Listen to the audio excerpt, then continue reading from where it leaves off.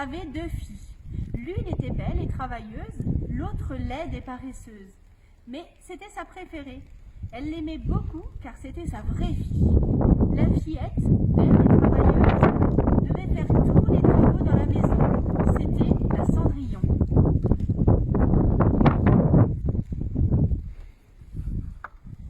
Tous les jours, elle allait au bord de la grande route, près d'un puits, pour filer la laine. Elle devait tant filer que ses doigts étaient en sang. Un jour même, la bobine fut pleine de sang. Elle voulut la laver dans l'eau, se pencha, mais la bobine lui glissa des mains et tomba au fond du puits. Elle pleura et alla raconter son malheur à sa marâtre. Celle-ci se fâcha et ordonna « Tu as laissé ton fuseau tomber, alors va le remonter. » La fillette retourna au puits, mais elle ne savait vraiment pas comment faire.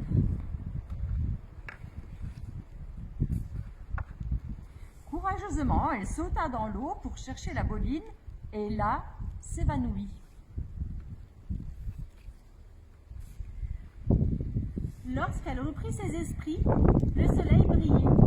Elle était dans une belle prairie, au milieu de centaines de feux. Elle se leva, marcha vers un four plein de pain, et le pain criait « Sors-moi de là, sinon je vais brûler! Je suis cuit depuis longtemps !» Elle prit la longue pelle à pain et sortit les miches une à une du four.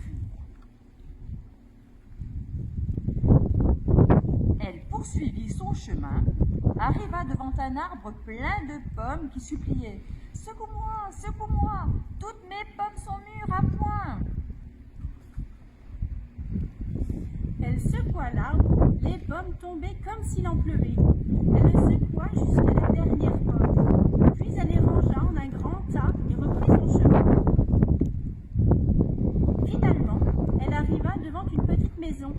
Une vieille femme regardait par la fenêtre.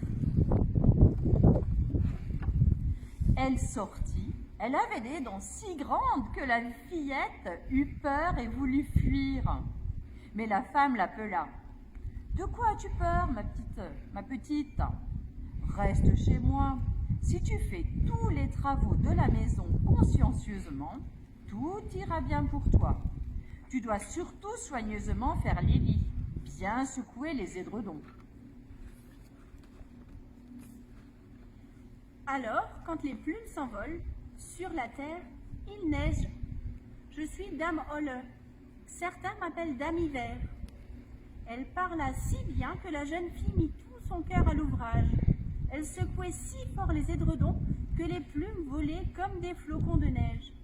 Elle était heureuse, pas de mots méchants, et tous les jours les plats bien mijotés de Dame Holle. Mais au bout d'un certain temps, elle devint triste, sans savoir ce qui réellement lui manquait. Finalement, elle sut que c'était la mélancolie. Même si elle était 100 fois mieux chez Dame Hiver, sa maison lui manquait. Elle finit par lui avouer « J'ai envie de rentrer chez moi, même si je me sens très bien ici. Je ne peux pas rester plus longtemps.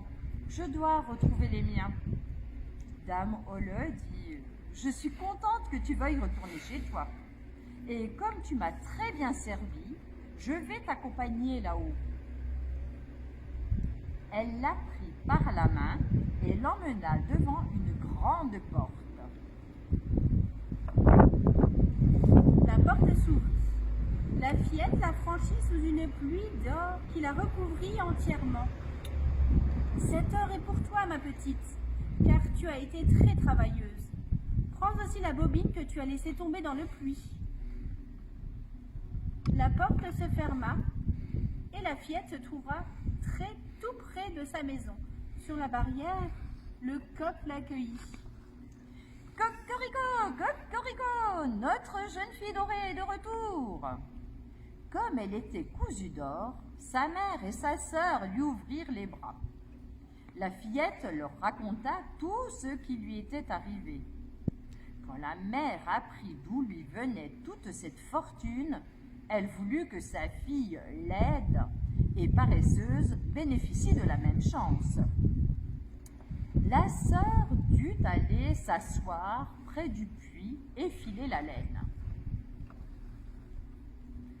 Pour que la bobine soit pleine de sang, elle dut plonger sa main dans un buisson d'épines. Elle jeta le fuseau dans le puits et sauta dedans. Comme sa sœur l'avait raconté, elle arriva dans le grand pré et suivit le même sentier. Quand elle fut devant le four, les pins se mirent à crier. « Sortez-nous de là, sinon nous allons brûler, nous sommes cuits depuis longtemps. » Mais elle répondit, « Je ne vais certainement pas me salir. » Et elle passa son chemin. Bientôt, elle fut sous le pommier. « Secouez-moi, secouez-moi, toutes mes pommes sont mûres à point. » Elle ricana tout en continuant sa route. « Ça ne va pas, elles vont me tomber sur la tête. »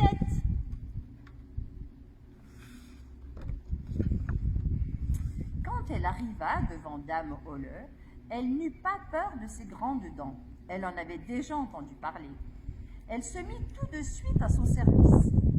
Le premier jour, elle s'appliqua. Elle travailla bien, faisant tout ce que Dame Hiver lui disait, car elle pensait à tout l'or qu'elle allait lui offrir. Le deuxième jour, elle commença à paresser et à partir du troisième jour, elle ne voulait même plus se lever. Elle ne faisait pas les lits, ne secouait pas plus les édredons, les plumes ne volaient pas, il ne neigeait plus sur la terre. Alors, Dame Holle en eut assez et lui dit qu'elle n'avait plus besoin de ses services. La sœur fut contente, elle pensait que le moment de la distribution de l'or était arrivé. Dame Holle la conduisit à la grande porte. Quand elle la franchit, ce n'est pas une pluie d'or qui lui tomba dessus, mais un gros bidon de goudron. En fermant la porte, Dame Holle dit « Ceci est le prix de ton travail. »